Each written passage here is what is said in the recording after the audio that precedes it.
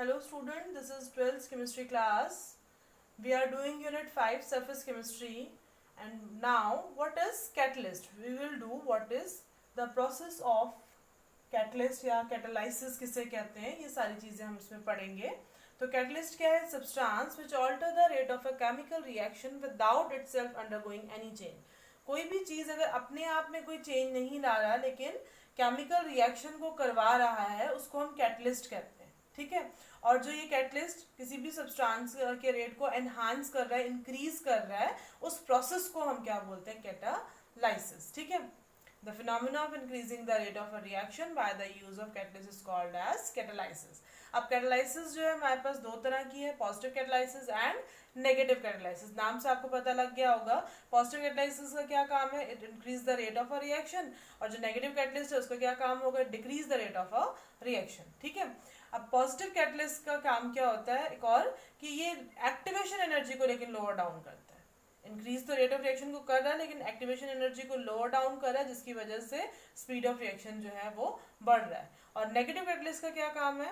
ये rate of reaction को decrease कर रहा है लेकिन साथ के साथ जो है ये राइज कर देता है एक्टिवेशन एनर्जी को. जब राइज हो जाती है एक्टिवेशन एनर्जी तो रिएक्शन स्लो डाउन हो जाता है.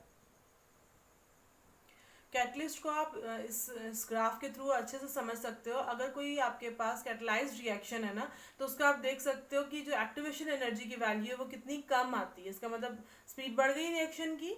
वहीं अगर आप अनकैटलाइज्ड रिएक्शन देखो, जो मैंने ये डार्क लाइन से बनाया है, वो क्या दिखा रहा है कि एक्टिवेशन एनर्जी की वैल्यू ज्यादा आ रही है, जिसकी वजह से टाइम ज्यादा लगता है रिएक्शन को. ठीक है. अब नेक्स्ट है फंक्शंस क्या है कैटलिस्ट के. कैटलिस्ट का काम क्या होता है? It may undergo intermediate physical change. मतलब रिएक्शन में जब भी ये पार्टिसिपेट करता है तो रिएक्टेंट के साथ वो जुड़ेगा जरूर, टेम्पररी उसका बॉन्ड बनता है रिएक्टेंट के साथ, लेकिन जब लास्ट में हम एंड पॉइंट देखें उसका तो वो रिकवर हो जाता है. चेंज बिल्कुल भी नहीं होता और वैसे का वैसे जैसे आपने स्टार्टिंग में उसको ऐड किया था वैसे के वैसे आपको लास्ट में रिकवर होके ये मिल जाएगा. कैटलिस्ट में अंडरगो इंटरमीडिएट फिजिकल चेंज और may form temporary bond with reactant but recover unchanged at the end. ठीक है. उसके बाद कैटलिस्ट का दूसरा काम क्या है? ये स्पीड अप कर रहा है रिएक्शन को, but it doesn't shift the position of equilibrium. ये याद रखना है कि इक्विलिब्रियम की पोजीशन को नहीं शिफ्ट कर रहा है कि फॉरवर्ड को बैकवर्ड कर दे रिएक्शन को या बैकवर्ड रिएक्शन को फॉरवर्ड कर दे, ऐसा नहीं करता. ठीक है. सिर्फ स्पीड अप कर रहा है रिएक्शन को. थर्ड है catalyst are highly specific in nature. Specific nature का मतलब है कि कोई एक पर्टिकुलर रिएक्शन के लिए जो हम कैटलिस्ट यूज कर रहे हैं जरूरी नहीं है कि वो दूसरे रिएक्शन के लिए भी यूज हो. ठीक है. उसके बाद नेक्स्ट पॉइंट आता है फोर्थ पॉइंट. इसका फोर्थ फंक्शन क्या है कि catalyst doesn't change the delta E. मतलब जो उसकी एनर्जी की वैल्यू है, चाहे वो प्रोडक्ट की एनर्जी हो या रिएक्टेंट की एनर्जी हो, वो चेंज नहीं होती. ठीक है ना. तो जो डेल्टा ई की वैल्यू है वो सेम ही रहती है इसमें. लास्ट पॉइंट क्या है इसका? लास्ट फंक्शन क्या है? It doesn't change thermodynamic parameters. Thermodynamic parameters कौन कौन से? Change in internal energy, enthalpy change, entropy change या फिर गिब्स फ्री एनर्जी चेंज. इन सबको ये चेंज नहीं करता है.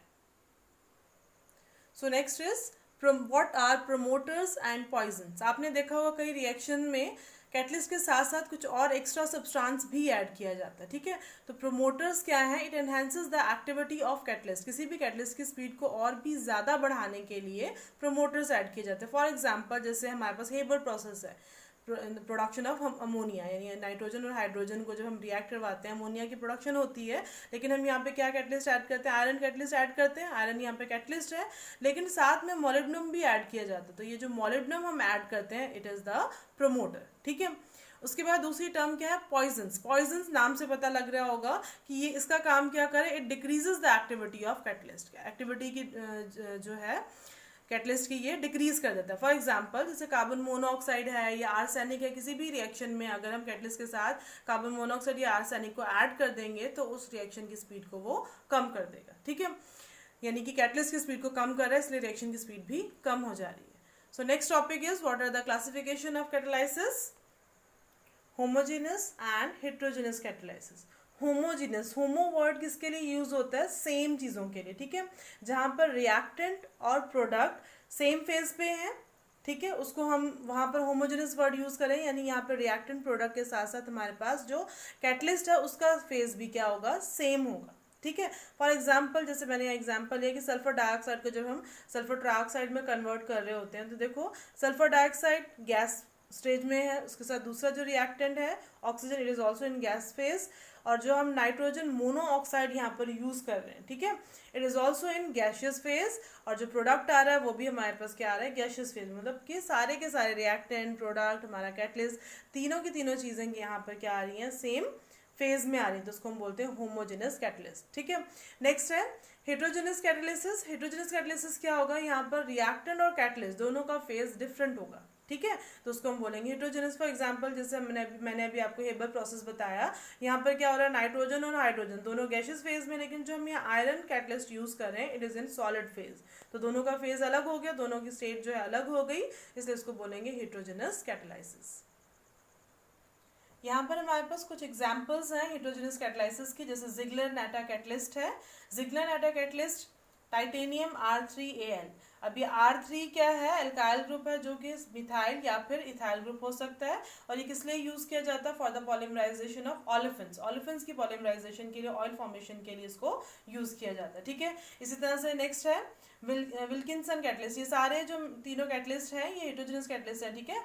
विल्किंसन कैटलिस्ट क्या है, यहाँ पर RHCl रोडियम क्लोराइड PPH3, ठीक है, ये किसके लिए यूज किया जाता है, for the hydrogenation of alkenes. इसी तरह से थर्ड कैटलिस्ट कौन सा है, Lindlar's catalyst, palladium barium sulphate. ये usually poison by traces of quinoline. Quinoline के ट्रेसेस से कई बार इसको पॉइजन भी कर दिया जाता है लिंडलर्स कैटलिस्ट को। तो ये तीनों जो कैटलिस्ट हैं ये हैं हेट्रोजेनस कैटलिस्ट, ठीक है। Now there are some important features of solid catalyst. Important feature में जो मेन फीचर है कैटलिस्ट का, सॉलिड कैटलिस्ट का, वो है उसकी एक्टिविटी और दूसरा उसकी सिलेक्टिविटी। अब एक्टिविटी ऑफ कैटलिस्ट क्या होता है, it is the ability of a catalyst to increase the rate of a reaction. किसी भी रिएक्शन के रेट को इंक्रीज करने की जो एबिलिटी है उसको कहा जाता है एक्टिविटी। फॉर एग्जाम्पल जैसे यहाँ पे मेरे पास एक रिएक्शन है हाइड्रोजन और ऑक्सीजन। हाइड्रोजन और ऑक्सीजन जब काफ़ी देर तक अगर उनको ऐसे ही रख दिया जाए तो ये आपस में रिएक्ट तो करते हैं लेकिन कोई एक्सप्लोजन कॉज नहीं करेंगे। लेकिन वहीं अगर आप इसमें प्लेटिनम ऐड कर दो यानी कि कैटलिस्ट ऐड कर दे रहे हो तो इसमें क्या होगा, एकदम से एक्सप्लोजन क्रिएट होता है, ठीक है, मतलब ये आपस में रिएक्ट करेंगे विद द एक्सप्लोजन, ठीक है। अब वहीं अगर आप सिलेक्टिविटी देखो, सिलेक्टिविटी क्या है, it is the ability of a catalyst to direct reaction to give particular product. कोई पर्टिकुलर प्रोडक्ट बनाने के लिए ये डायरेक्ट करता है कैटलिस्ट को, ठीक है। It is the ability of a catalyst to direct the reaction to give a particular product. For example, जैसे मैंने ये तीनों देखो यहाँ पर आप देख सकते हो रिएक्टेंट सेम नहीं है, कार्बन मोनोऑक्साइड और हाइड्रोजन। जब कार्बन मोनोऑक्साइड और हाइड्रोजन को निकल की प्रेजेंस में रिएक्ट करवाया जाए तो प्रोडक्ट क्या आ रहा है, मीथेन एंड वाटर। वहीं अगर आप कार्बन मोनोऑक्साइड और हाइड्रोजन को कॉपर के साथ रिएक्ट करवाओ तो प्रोडक्ट आपके पास आ जाएगा फॉर्मेल्डिहाइड। और अगर आप कार्बन मोनोऑक्साइड और हाइड्रोजन को आपस में रिएक्ट करवाते हैं in the presence of copper, zinc oxide and chromium oxide तो आपके पास प्रोडक्ट आ रहा है मीथेनॉल, ठीक है। तो तीनों केसेस में क्या डिफरेंस है, रिएक्टेंट उनके सेम है बट डिफरेंट क्या है यहाँ पे इनके कैटलिस्ट, ठीक है। तो कैटलिस्ट को चेंज करके हम प्रोडक्ट डिफरेंट बना सकते हैं, तो इसी वजह से कहा जाता है catalyst are selective in nature, ठीक है।